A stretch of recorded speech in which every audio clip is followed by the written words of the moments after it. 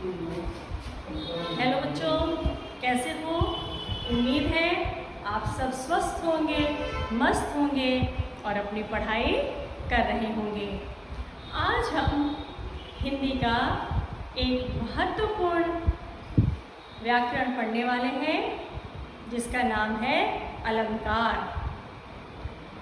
अलंकार का अर्थ होता है गहना, आभूषण। जिस प्रकार आभूषण हमारे रूप को, हमारे सौंदर्य को बढ़ा देते हैं, उसमें चार चांद लगा देते हैं, उसी प्रकार काव्य के सौंदर्य को शब्दार्थों के द्वारा और सुंदर बनाना, चमत्कारी रूप से आह्लादपूर्ण ढंग से प्रस्तुत करना, यह काम किसका है? अलंकार का है। अलंकार में शब्दों और वर्णों का खेल होता है जो हमारे काव्य को बहुत खूबसूरत बना देते हैं। तो अलंकार दो प्रकार के होते हैं, एक होते हैं शब्दालंकार और दूसरा अलंकार है अर्थालंकार।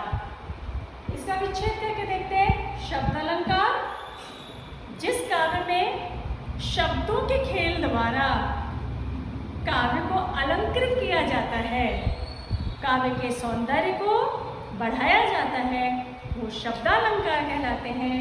और शब्दों के अर्थ के द्वारा जब काव्य की खूबसूरती में वृद्धि होती है, काव्य और सुंदर लगते हैं, उसे हम कहते हैं अर्थालंकार। अर्थात अर्थ द्वारा, शब्दों के अर्थ द्वारा काव्य को अलंकृत, सुशोभित करना। तो हमारे कोर्स में कौन कौन से शब्दालंकार के अंतर्गत हम अनुप्रास अलंकार, यमक अलंकार और श्लेष अलंकार पढ़ने वाले हैं।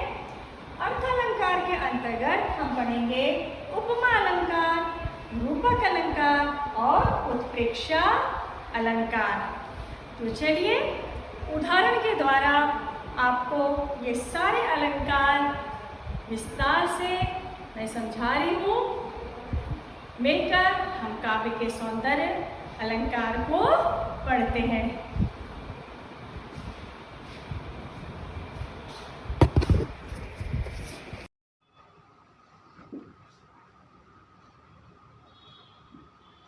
अलंकार और उसके भेद।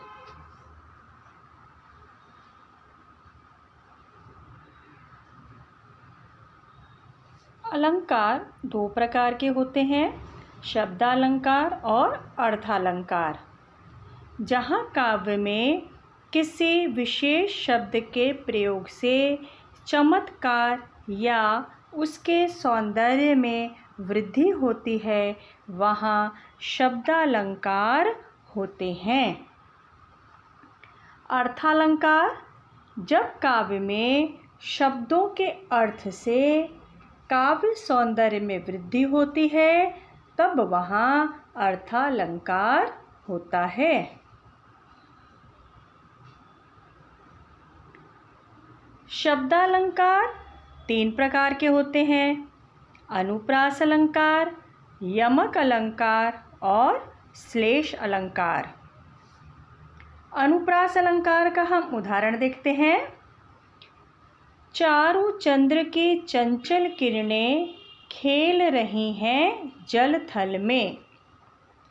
जब हम ये काव्य की पंक्ति पढ़ते हैं तो हमें दिखता है कि यहाँ च वर्ण की एक से अधिक बार आवृत्ति हुई है।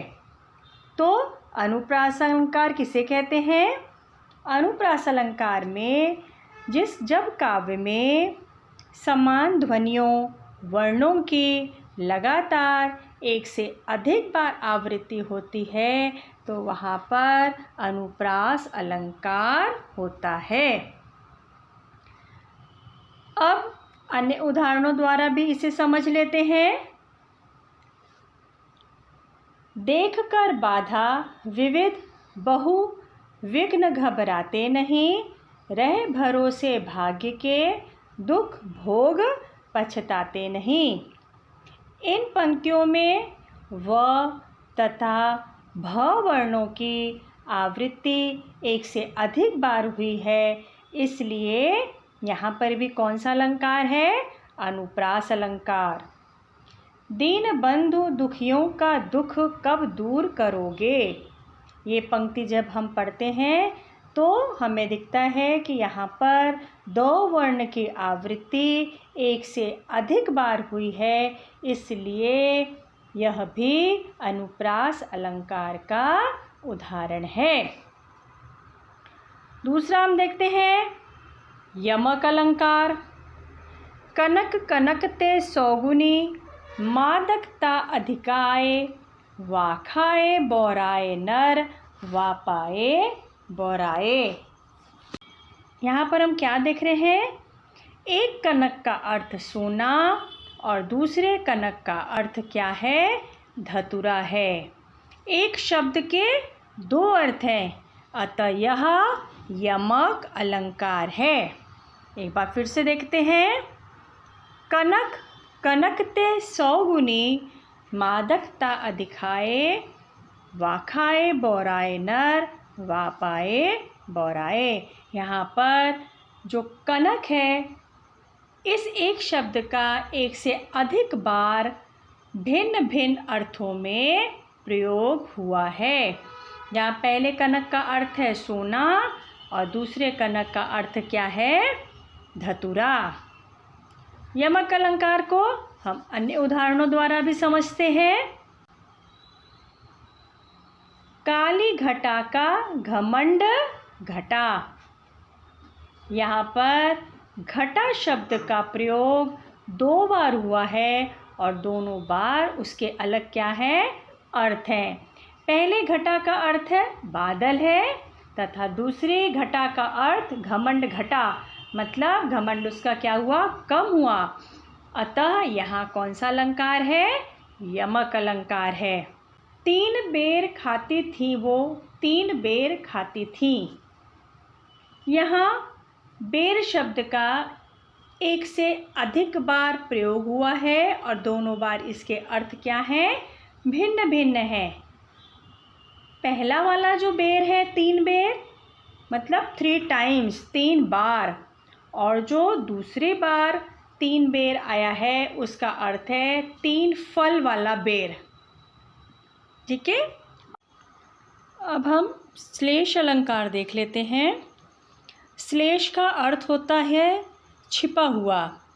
कविता में जब एक ही शब्द में एक से अधिक अर्थ छिपे हुए होते हैं तो वह श्लेष अलंकार होता है।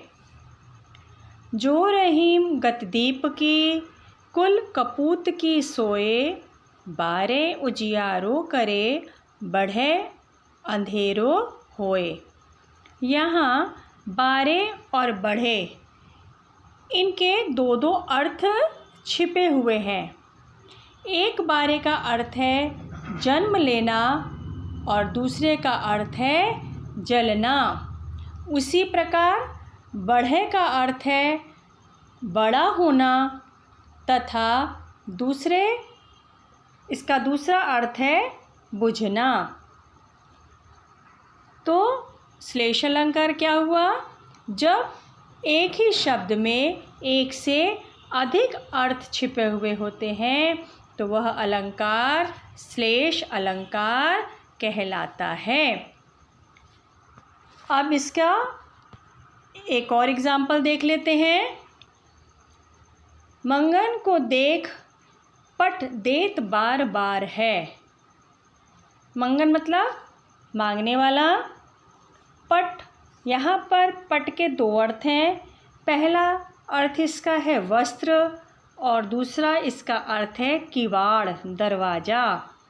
पहले अर्थ के अनुसार कोई व्यक्ति मांगने वाले को देखकर उसे बार बार क्या देता है? वस्त्र देता है। और दूसरे अर्थ के अनुसार कोई व्यक्ति याचक या मांगने वाले को देखते ही दरवाज़ा बंद कर लेता है। तो यहाँ पर कौन सा अलंकार है? श्लेष अलंकार है।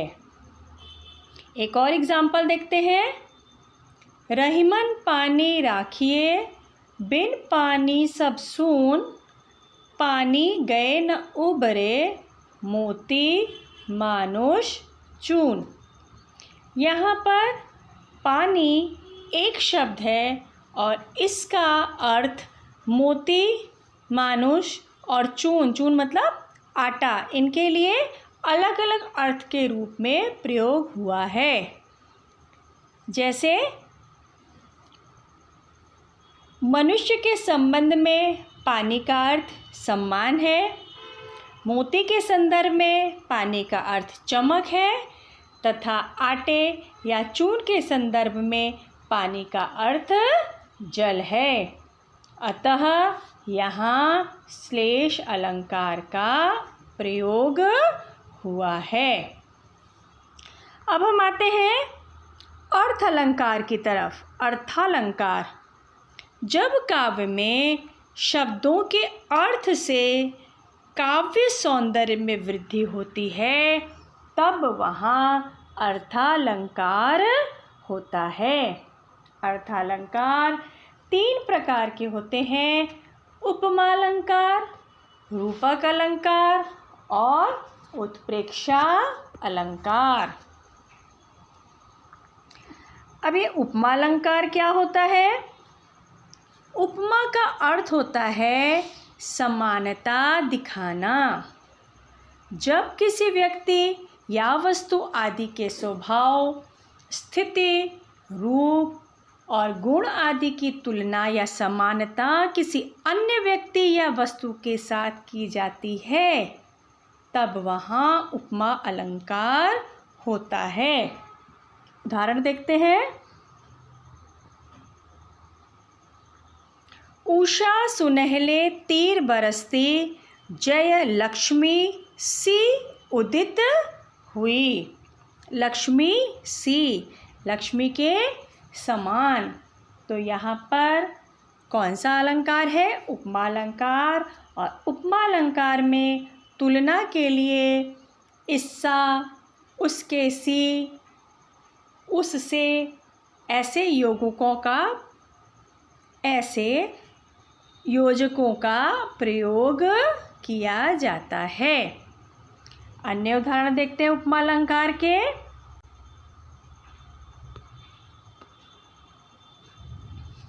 निर्धन के धन सी तुम आई। सी यहाँ पर लगा है तो यहाँ पर कौन सा अलंकार है? उपमा अलंकार है। वही उठती उर्मियों सी शैल मालाएं, उर्मियों के समान। यह जीवन क्या है मस्ती है, निर्झर सा इसका पानी है। निर्झर के समान। बरसा रहा है रवि अनल, भूतल तवा सा जल रहा। सूर्य जो है वो अग्नि बरसा रहा है, इतनी गर्मी कर रहा है कि भूतल जो है यानी जो धरती जो है वह तवे के समान जल रही है। तो इन काव्य पंक्तियों में कौन सा अलंकार है? उपमा अलंकार। अब हम देखते हैं दूसरा अर्थ अलंकार कौन सा? रूपक अलंकार। काव्य में जहाँ गुण, स्वभाव आदि की अत्यधिक समानता के कारण प्रस्तुत और अप्रस्तुत, या ये कहें कि उपमेय और उपमान में भेद ना दर्शाया जाए, उसे अभिन्न मान लिया जाए, तो वहाँ रूपक अलंकार होता है। जैसे पायो जी मैंने राम रतन धन पायो। धन कैसा है? राम रूपी रत्न धन मैंने पा लिया है। राम सा रतन धन नहीं बोल रहे हैं, राम सा रतन धन नहीं, कैसा है? राम रतन। मतलब मीराबाई यहाँ पर कह रही हैं पायो जी मैंने राम रतन धन पायो, मैंने राम नाम रूपी रत्न को पा लिया है। तो यहाँ पर भी कौन सा अलंकार है? रूपक अलंकार है। अन्य उदाहरण देखते हैं। चरण कमल बंदो हरि राई। यहाँ पर हरि के चरणों को कमल मान लिया गया है। हरि के चरण क्या है? कमल हैं। मैया मैं तो चंद्र खिलौना ले हूँ। यहाँ पर खिलौने को चंद्र और खिलौने के बीच में अंतर को क्या कर दिया गया है? ख़त्म कर दिया गया है। अगर वही होता चंद्र सा खिलौना ले हो तो वहाँ पर कौन सा अलंकार होता? उपमा अलंकार। लेकिन यहाँ पर उपमेय और उपमान के बीच में भेद ही ख़त्म कर दिया गया है, इसे अभिन्न मान लिया गया है। मैया मैं तो चंद्र खिलौना ले हूँ, तो यहाँ पर रूपक अलंकार है। अब हम पढ़ेंगे उत्प्रेक्षा अलंकार के बारे में। सोहत ओढ़े पीत पट श्याम सलोने गात, मनो नील मणि शैल पर आतप पर्यो प्रभात। उदाहरण में एक वस्तु में दूसरी वस्तु का अर्थात श्याम के शरीर पर पीत वस्त्र और नील पर्वत पर हुए प्रभात की संभावना की गई है। अतः यह कौन सा अलंकार है? उत्प्रेक्षा अलंकार। इसे और सरल शब्दों में हम समझते हैं। जहाँ उपमेय में उपमान की संभावना प्रकट की जाती है वहाँ उत्प्रेक्षा अलंकार होता है। इसे हम कैसे पहचानते हैं? मनो, मानो, मनु, मनहो, जानू, जनु, जनहो, ज्यों आदि वाचक शब्दों का प्रयोग होता है। और एग्जाम्पल देखते हैं। पाहुन जो आए हों गाँव में शहर के, मेघ आए बड़े बन ठन के संवर के। यहाँ मेघ उपमेय में पाहुन उपमान की संभावना प्रकट की गई है, जहाँ ज्यों वाचक शब्द है। पाहुन ज्यों आए हों गाँव में शहर के, मेघ आए बड़े बनठन के संवर के। मेघ ऐसे बनठन के संवर के आए हैं जैसे गाँव में शहर का कोई मेहमान आया हो। और एग्जाम्पल देख लेते हैं। उस काल मारे क्रोध के तनु काँपने उनका लगा, मानो हवा के जोर से सोता हुआ सागर जगा। यहाँ तनु उपमेय में सोता हुआ सागर उपमान की संभावना प्रकट की गई है। यहाँ पर मानो क्या है? वाचक शब्द है। अतः यहाँ पर उत्प्रेक्षा अलंकार है। तो इस प्रकार हमने कौन कौन से अलंकार देखे? शब्दालंकार और अर्थालंकार देखे। शब्दालंकार में हमने अनुप्रास अलंकार, यमक अलंकार, श्लेष अलंकार अलग अलग उदाहरणों द्वारा समझा। और अर्थालंकार में हमने कौन सा पढ़ा? उपमा अलंकार, रूपक अलंकार और उत्प्रेक्षा अलंकार हमने पढ़ा। तो उम्मीद है आपको अलंकार अच्छे से समझ में आ गए होंगे। आगे मैं आपको कुछ एग्ज़ाम्पल दूंगी जिनमें आपको अलंकार पहचान कर उनका नाम लिखना है। तो फिर मिलते हैं एक नए वीडियो में एक नए विषय के साथ। तब तक के लिए खुश रहिए, मस्त रहिए, स्वस्थ रहिए और अपनी पढ़ाई करते रहिए।